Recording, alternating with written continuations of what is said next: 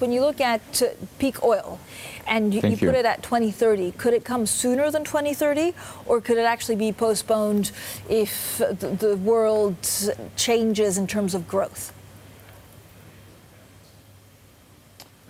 Thank you very much. Of course, it can go either way. What we think is with the current government policies, technology and the plans, the passenger oil demand will peak in the next 10 years or so, and the total global oil demand will plateau around 2030s and stay more or less stable.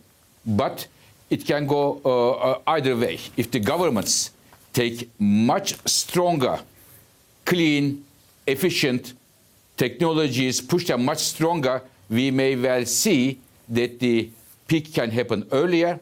But at the same time, if the policies of the governments do go in the other direction, we may see peak comes later. I will give you one example. When you look at the newspapers today or televisions, when we talk about the car manufacturing sector, the star is electric cars, you may think. But it's not the case. Our numbers show that the star of the manufacturing sector, car manufacturing sector, is the SUVs.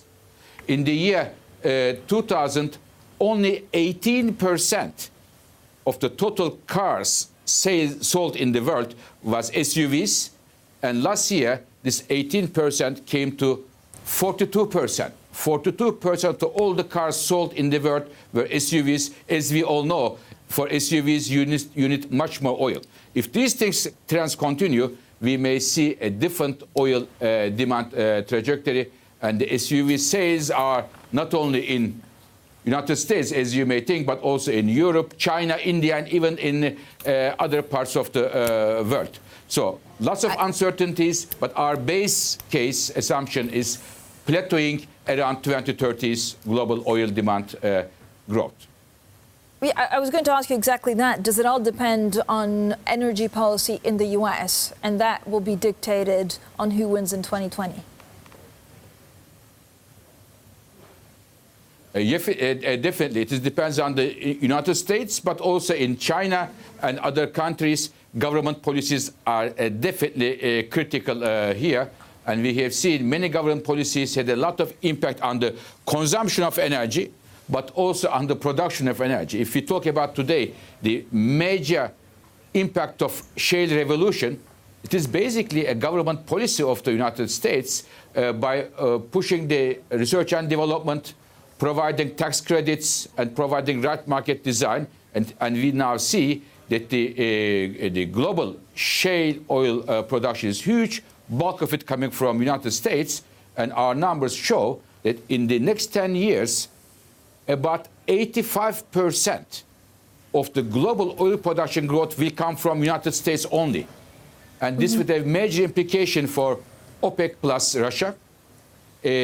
Just mid-2000s, the share of OPEC plus Russia in the global oil production was about 55%, and this will come down around 2030, about 45% or so. Big decline, which will limit the ability of those countries to manage the oil markets and give a shape to the global oil prices.